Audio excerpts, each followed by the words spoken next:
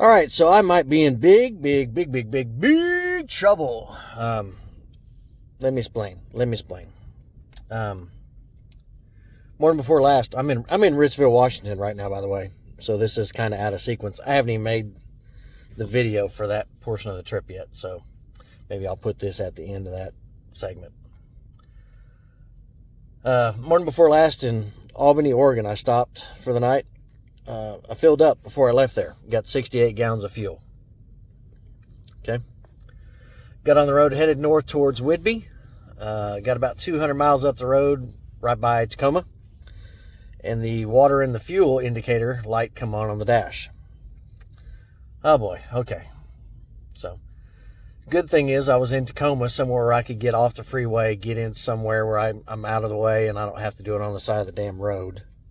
But pulled off, found me an abandoned warehouse parking lot, so if I made a mess, wasn't a big deal, didn't matter.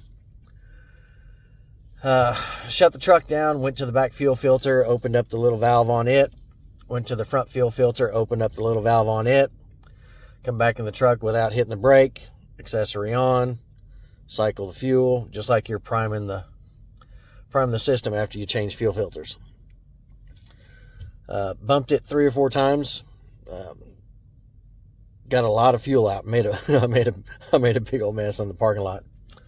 Got a whole bunch of fuel out, tightened the valves back up, jumped in the truck, started up. Indicator light went away. So I thought, good, we caught it. Not a big deal. Got it. No big deal. Continued driving. I figured out I wasn't going to make Whidbey before the gate closed to get through security and stuff. So I stopped short for the night. And I stopped in Arlington, Washington. For one more good measure, I bumped it again in Arlington. Just so that if there was anything still in there, I got it out. And truck ran fine. Once the indicator light went away, truck ran fine. Ran like a champ. Got pretty good gas mileage. Nothing looked out of the ordinary. So made the stop in Arlington, bumped it again, stayed the night, got up in the morning, started right up, no problems. Ran all the way up to Whidbey. Left Whidbey and started towards Fairchild. Made it all the way to Ritzville, where I'm at here. I decided again to stop a little short because my arrival time at Fairchild was 4 p.m. And you can't get through security and get it delivered. It's not going to happen. So I figure I'll stop short here and then I'll deliver it Friday morning. This was last night. Today's Friday. So this morning I got up early. Idiot next to me had a dog, German Shepherd, barking. He obviously dropped his trailer at some point overnight and was come back and was hooking up at 5:17 a.m. So I got out cussing, screaming, hollering, yelling, God bless this and God bless that. And it's 5:15 in the morning and I let him know I was not entertained. Pulled all my blinds down, jumped in the truck, started up, they started. I figured I'm up, I might as well go get it done early and I can get my 34 started early because I need to take a 34 after I get Fairchild delivered. Pulled the blinds down, jumped in the truck, go to start it. It's idling rough. I mean, rough as a cop. It's idling at, I don't know, 600 RPM maybe. It's hard to tell with the gauges in the trucks. They're not real detailed anymore. They just kind of have 1s and 2s and hash marks in between. So 600 RPM. Rough. So I thought, okay, well maybe there was still some water in the fuel and it settled down overnight and separated back out because I drove for 600 miles without any issues. I thought, okay, maybe when I got here and I shut down overnight, maybe there was some water in the fuel and that was the issue. It settled out and I need to bump again. So I shut it off, bumped it. Got to thinking maybe it's running rough because it's not getting enough air. Thought maybe the air filter was clogged enough. I did get a replaced air filter message day before yesterday. Usually you don't have to do it right away, but you need to do it fairly quick. So I went ahead and pulled the air box apart and cleaned the air filter. It actually was in pretty good shape. There was a few bugs and stuff in it, but nothing major. Banged it out, put it back in, got in the truck, tried to start it up. Same issue, same deal. God bless. So I get to looking, get to reading, talk to a couple people. I think at this point, here's where I think we're at. I think the water in the fuel has fouled the fuel filters. So I'm going to change out the fuel filters here at Love's and see if that remedies this situation. If not, it has to be one of two things. When I'm idling the truck and I give it a little gas to idle up, I get white smoke out the tailgate or the tailpipe. Well, white smoke out the tailpipe is generally one of two things. It's a bad injector or injectors, or it's a blown head gasket. This truck only has 43,000 miles on it. I don't think it's a head gasket. I think I can rule that one out. I'm 99.99999% sure it's not head gasket. So that tells me, per the white smoke, that it's fuel injectors. Fuel injectors can be fouled if there's water in the fuel. And you get just a little bit of water in there. I mean, all those components, the rails and all that stuff, they rust. They can rust and go bad. If that's the case, it's going to be expensive.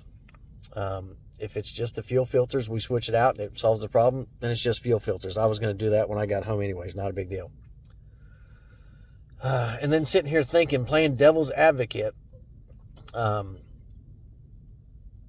overnight in Arlington, me and another trucker got into it because he said I was parked in a truck spot. It's because I'm in a truck. He thinks hotshots shouldn't be allowed to park in the big truck parking, and there was no parking available. Imagine that.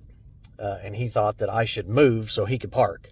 And I told him that's not happening. This parking is not just for big trucks. It's for anybody and everybody. I'm a hotshot. I'm 50 some odd foot long. I have freight on my trailer just like you do. I just don't have a big ass truck. I'm in a smaller truck. I do the exact same thing. I have every right to sit here. I ain't moving. I ain't going anywhere. Sorry. He stormed off. And my thought process is I hope he didn't come back overnight with just a little bit of DEF fluid, maybe in a Coke bottle or a water bottle or something, and dump it in my tank. It's something you can do very quiet in the middle of the night, and nobody would ever know. You can crawl in between these trucks and nobody can see you. I hope that's not the case. If it is, then I'm screwed. If we pull these filters out and there's white crusty stuff on the inside of it from the urea in the DEF, that's replacing every component on the fuel system. And I know what that costs because it happened on my last truck when I had the SP4 implode on the fuel pump.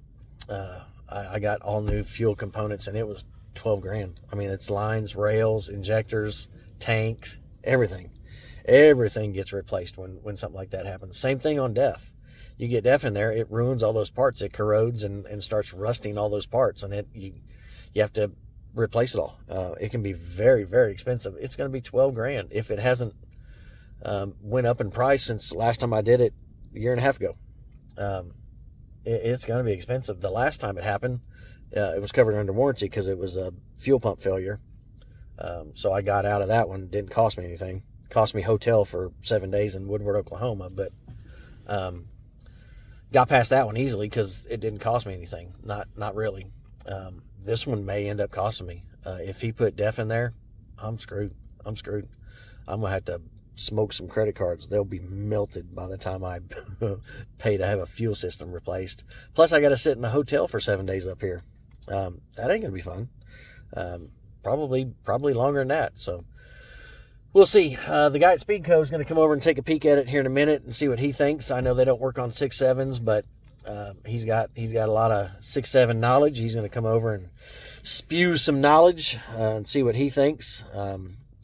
We're going to change the fuel filters here, see if that solves the problem. If it doesn't solve the problem, then I'm going to have to tow it to a dealership and have them look at it and figure out what it is. So we'll see. Could be big trouble in Little China. I'm Kurt Russell. Yeah. Not so much. That's where we're at.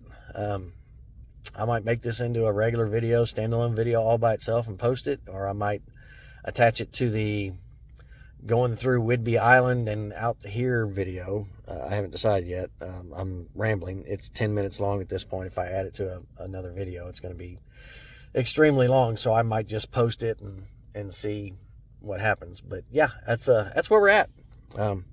Not fun. Kind of broke down. Talk to you guys in a while. See ya. I'll update you. I'll let you know.